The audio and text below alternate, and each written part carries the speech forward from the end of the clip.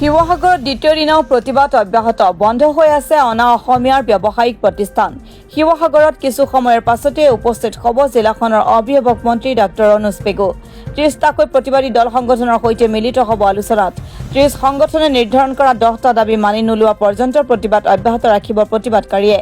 শৃংখল চলিহাৰ ওপৰত গৌৰৱ সুমানিয়ে দিয়া এজাহাৰ প্ৰত্যাহাৰ কৰিলে সুমানিয়ে ইফালে সিং উপাধিধাৰী অন্য এক লোকৰ এজাহাৰ শৃংখল চলিহাৰ বিৰুদ্ধে এই সন্দৰ্ভত প্ৰতিক্ৰিয়া প্ৰকাশ কৰিছে শৃংখল চলিহাই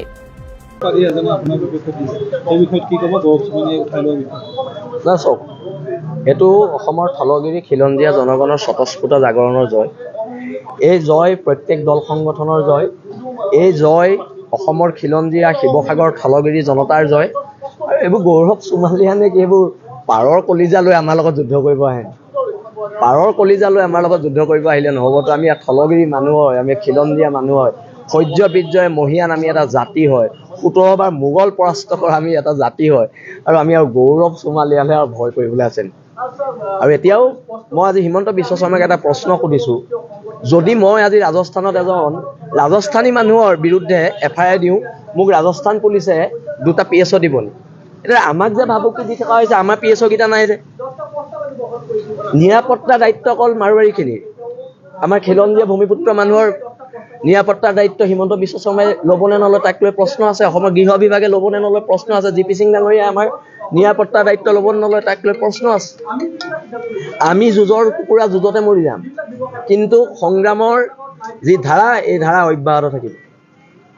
কালি হাজাৰ হাজাৰ যুঁজাৰু অসমীয়া ৰাজপথত নামিছে দাবী এটাই খিলঞ্জীয়া মানুহৰ মাটিকণ খিলঞ্জীয়া মানুহৰ ভাষা খিলঞ্জীয়া মানুহৰ সংস্কৃতি খিলঞ্জীয়া মানুহৰ নামঘৰটো যাতে ৰক্ষা হয় খিলঞ্জীয়া মানুহৰ মাটি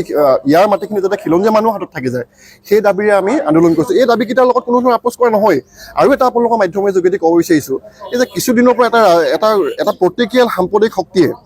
এই অনা অসমীয়া মানুহবিলাকৰ মাজত সোমাই পিনি খিলঞ্জীয়া বিৰোধী কিছু স্থিতি গ্ৰহণ কৰিছে আপোনালোকে চাওক জ্যোতিপ্ৰসাদ আগৰৱালা আমাৰ প্ৰথম আহি অসমীয়া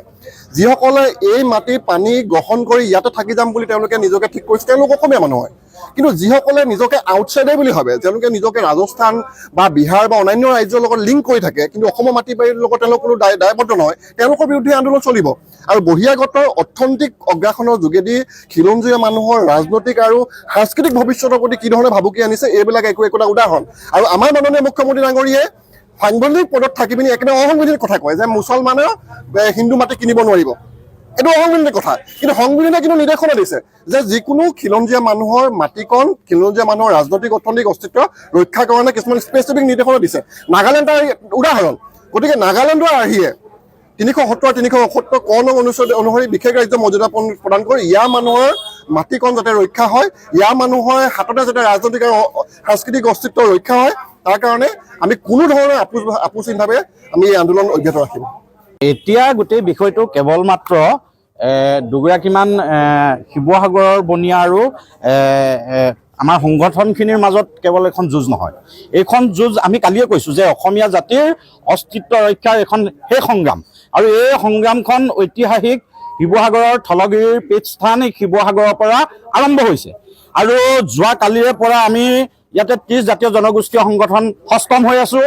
ইয়াতে শিৱসাগৰত প্ৰতিটো খিলঞ্জীয়া জাতি জনগোষ্ঠী সষ্টম হৈ আছে কালি আপোনালোকে দেখিছে যে শিৱসাগৰত খিলঞ্জীয়া ৰাইজৰ শুভৰ উদ্গীৰণ হৈছে আচলতে বহুদিন সহ্য কৰি থকা হ'ল অনা অসমীয়াই অসমীয়াৰ ওপৰত আক্ৰমণ কৰা ঘটনা এইটোৱে প্ৰথম নহয় ইয়াৰ আগতেও আমি বিভিন্ন সময়ত দেখিছোঁ সমগ্ৰ অসমতে এনেকুৱা ধৰণৰ ঘটনাবিলাক হৈ আছে আমি কৈ আছোঁ যে আমাৰ খিলঞ্জীয়াৰ মাটিবিলাক অনা অসমীয়াৰ হাতলৈ যোৱা ঘটনাটো এতিয়াও নহয় এইটো বহুদিন ধৰি এটা চক্ৰই আমাৰ খিলঞ্জীয়াৰ হাতৰ পৰা মাটি বাৰীসমূহ আমাৰ ভূমিসমূহ কাঢ়ি লৈ যোৱাৰ এটা চক্ৰান্তত লিপ্ত হৈ আছে গতিকে আমি কৈছোঁ যে ইয়াৰ এটা স্থায়ী সমাধান লাগিব আমাৰ ভূমিৰ ওপৰত আমাৰ খিলঞ্জীয়াৰ অধিকাৰ আমাক লাগিব আমাৰ এটা কথা আমি কৈছোঁ আপোনালোকে এটা কথা চাওক সিদিনা মুখ্যমন্ত্ৰী মহোদয় হিমন্ত বিশ্ব শৰ্মাই তেখেতে মন্তব্য কৰিছে যে এটা হিন্দু বা মুছলমানৰ মাজত যদি মাটি কিনা বেচা কৰিবলগীয়া হয় তেতিয়াহ'লে মুখ্যমন্ত্ৰীৰ অনুমতি ল'ব লাগিব এতিয়া আমি আজি মুখ্যমন্ত্ৰী মহোদয়ক প্ৰশ্ন কৰিছোঁ যে আপোনাৰ মুখত এই কথাটো কিয় আমি শুনিবলৈ পোৱা নাই কোনোবা এগৰাকী খিলঞ্জীয়াই অখিলঞ্জীয়া মানুহক মাটি বিক্ৰী কৰাৰ আগত মুখ্যমন্ত্ৰীৰ পাৰ্মিশ্যন ল'ব লাগিব এই কথাটো তেখেতৰ মুখত আমি কিয় শুনা নাই যদি প্ৰকৃততে এইখন চৰকাৰে খিলঞ্জীয়াক সুৰক্ষা প্ৰদান কৰিব বিচাৰিছে তেতিয়াহ'লে নিশ্চিতভাৱে ভূমিৰ এখন আইন প্ৰণয়ন কৰিব লাগিব। ইতিমধ্যে এটা কথা চৰ্চা হৈ আছে যে অসমৰ কিছু জিলাত তেখেতসকলে এখন আইন প্ৰণয়ন কৰাৰ কথা তেখেতসকলে পাতিছে, কিন্তু কেৱল মাত্ৰ কেইখনমান মুষ্টিমেয় জিলাতে এই আইনখন প্ৰণয়ন কৰিলে নহ'ব। আমাৰ উজনি অসমৰ প্ৰতিখন জিলা সুৰক্ষিত হ'ব লাগিব।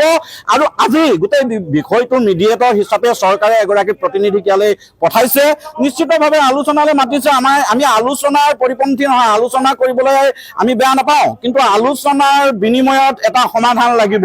যদি আজি যিগৰাকী মন্ত্ৰী আহিছে, মন্ত্ৰীগৰাকীয়ে যদি এটা উচিত সমাধান দিব নোৱাৰে, আজি আমি 10টা আমাৰ দাবী আছে, গোটেই 10টা দাবীৰ ওপৰত যদি এটা আমি উত্তৰ নাপাওঁ, প্ৰত্যুত্তৰ নাপাওঁ, এটা ভাল সমাধান নাপাওঁ, তেতিয়াহ'লে নিশ্চিতভাৱে আমাৰ যি স্থিতি আছে আমি স্থিতিত অটল হৈ থাকিম। আমি নিজৰ যিটো আমাৰ দাবী, আমি দাবীত অটল হৈ আছো। আমাৰ প্ৰথম দাবীটো হৈছে যে আৰু এজন মূল অভিযুক্তক গ্ৰেপ্তাৰ কৰা নাই, অজয় লাহটিক প্ৰথম গ্ৰেপ্তাৰ কৰিব লাগিব। দ্বিতীয় দাবীটো আছিলে যে যিসকল বহিৰাগত অনা অসমীয়া ব্যৱসায়িক গোষ্ঠী আছে তেওঁলোকে নিজৰ ভুল স্বীকাৰ কৰি ৰাজহুৱাভাৱে তামোল পাণ লৈ ক্ষমা খুজিব লাগিব।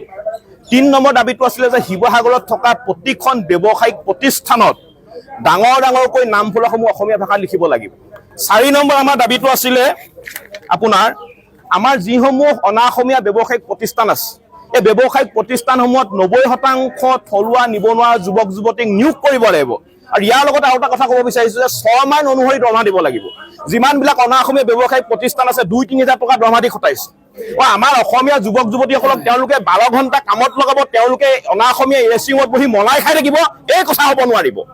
শিৱসাগৰত থকা অসমত থকা প্ৰতিটো ব্যৱসায়িক প্ৰতিষ্ঠানত যিমানখিনি আমাৰ থলুৱা নিবনুৱা যুৱক যুৱতী নিয়োগ হৈ আছে তেওঁলোকক 6 মাহ অনুসৰি দৰমহা দিব লাগিব। আৰু যদি কোনোবাই 6 মাহ উলংঘা কৰে তেনেকুৱা অনা অসমীয়া ব্যৱসায়িক কিন্তু আমি ৰাজপথত কাণত ধৰাবলৈ আমি বাধ্য হ'ম, কাৰণ বাৰে আমি সহ্য কৰি নাথাকো। আৰু আমাৰ মূল দাবীটো হৈছে আমি কৈছো যে শিৱসাগৰত বা অসমত অনা অসমীয়া যাতে অনাদি অনন্ত কাললৈ কোনো কাৰণতে যাতে অসমীয়া মানুহৰ ভূমি ক্ৰয় কৰিব নোৱাৰে তাৰ এটা ব্যৱস্থা গ্ৰহণ কৰিব লাগিব। কাৰণ আজিৰ তাৰিখত আপুনি মন কৰিব অসমৰ প্ৰায় সংখ্যক নগৰত কিন্তু 80% ভূমি এতিয়া কিন্তু আমাৰ অনা অসমীয়া হাতত। আৰু যাৰ কাৰণে ইতিমধ্যে আমি এখন স্মাৰক পত্ৰ লিখি আনিছো। স্মাৰক পত্ৰখন আমি স্পষ্টভাৱে কৈছো যে অসমীয়া মানুহৰ মাটি আৰু ঘৰ সহিতে অসমীয়া মানুহৰ যিখিনি মাটি অনা অসমীয়া ইতিমধ্যে কিনিছে বা ভৱিষ্যতৰ দিনত যদি কিনিম বুলি ভাবিছে, এই মাটিৰ কিনা বেচা পঞ্জীয়ন বিক্ৰী সম্পূৰ্ণৰূপে বন্ধ কৰি দিবৰ কাৰণে চক্ৰ বিষয়াক পঞ্জীয়কক আমাৰ মুখ্যমন্ত্ৰী মহোদয়ে আজি কিন্তু নিৰ্দেশ প্ৰদান কৰিব লাগিব। আমি স্মাৰকখন পত্ৰখনে স্পষ্টভাৱে কৈছো যে এখন নিৰ্দিষ্ট ভূমি আইন আমাৰ অসমৰ কাৰণে লাগিব। আমাৰ থলুৱা মানুহৰ অসমীয়া মানুহৰ যাতে ভূমি মাটি যাতে সংৰক্ষণ হয়, ভৱিষ্যতৰ দিনত আমি সুৰক্ষিতভাৱে আমি জীয়াই থাকিব পাৰো, তাৰ কাৰণে এখন নিৰ্দিষ্ট ভূমি আইন কিন্তু প্ৰণয়ন কৰিব লাগিবই। আচ্ছা, শিৱসাগৰ জিলাৰ থলগিৰি জনতাৰ স্থিতি স্পষ্ট। আমাৰ যি আচলতে 30 জন জাতি জনগোষ্ঠীয় সংগঠনবিলাকে 10টাকৈ আচলতে প্ৰস্তাৱ গ্ৰহণ কৰা হৈছিল, সেই প্ৰস্তাৱত আমি অলসৰ হৈ আছো। আমাৰ কথা স্পষ্ট যে আপোনালোকে দেখিব যে শিৱসাগৰত যিমানবোৰ দোকান আছে, দোকানবিলাকত যদি আপোনালোকে লক্ষ্য কৰে তাৰ হৰ্ডিংবিলাকত ডাঙৰ হৰপৰে আচলতে ইংৰাজীত তেওঁলোকে হৰ্ডিংবিলাক লিখি ৰাখিছে। অসমীয়া ভাষাত যদি ক'ৰবাত আছে সৰুকৈ লিখিছে, কিন্তু ইংৰাজীত ডাঙৰকৈ লিখা আছে, কিন্তু সেইবিলাক কেতিয়াৰ পৰা নহ'ব। আমি স্পষ্ট কৈ দিছোঁ যে এই হৰ্ডিংবিলাক যদি অনতি পলমে তাৰ পৰা আঁতৰাই নিদিয়ে তেতিয়াহ'লে আমাৰ ল'ৰাবিলাকে কিন্তু সেই হৰ্ডিং ভাঙি দিব, তাৰ কলা ৰং সানি দিব, তাৰপিছত কিন্তু আমাৰ দল সংগঠনক জগৰীয়া কৰিলে নহ'ব। আৰু এটা কথা স্পষ্ট কৰি দিব খুজিছোঁ যে ভূমিৰ অধিকাৰটো আমাৰ খিলঞ্জীয়া মানুহক লাগিব। আমি কৈছোঁ যে অনা অসমীয়া খিলঞ্জীয়া লোকসকলে খিলঞ্জীয়াৰ ভূমি অনা অসমীয়া হাতলৈ যাতে হস্তান্তৰিত নহয় তাৰ এক ব্যৱস্থা চৰকাৰখনে কৰিব লাগিব। আমি কৈছোঁ যে 90% আমাৰ থলুৱা লোকে 90% থলুৱা লোকে বহিৰাগত ব্যৱসায়ী যি ব্যৱসায়িক প্ৰতিষ্ঠান আছে, ব্যৱসায়িক প্ৰতিষ্ঠানবিলাকত নিযুক্তি স্থাপন কৰিব লাগিব। গতিকে এই বিষয়বিলাক আছে, আলোচনা যিয়ে নহওক। আজি শিক্ষামন্ত্ৰী ডাঙৰীয়া, শিৱসাগৰ জিলাৰ অভিভাৱক মন্ত্ৰী ডাঙৰীয়া আমাৰ মাজলৈ আহিছে, কিন্তু আলোচনা যিয়েই নহওক, আলোচনা যাৰ লগতেই নহওক, আমাৰ যি দাবী, আমাৰ যি প্ৰস্তাৱ, আমাৰ যি সিদ্ধান্ত, খিলঞ্জীয়া ৰাইজৰ অস্তিত্ব ৰক্ষাৰ ক্ষেত্ৰত যি সিদ্ধান্ত, অসমীয়া প্ৰভুত্ব ৰক্ষাৰ ক্ষেত্ৰত যি সিদ্ধান্ত, এই সিদ্ধান্তত আমি অলসৰ হৈ আছো, দৃঢ় হৈ আছো। যিকোনো আলোচনাৰ উত্তৰ মাত্ৰ এটাই হ'ব লাগিব, সেইটো হ'ল অসমীয়াৰ প্ৰভুত্ব। শিৱসাগৰৰ পৰা মিনহাজ আহমেদৰ ৰিপৰ্ট, গণ অধিকাৰ লাইভ।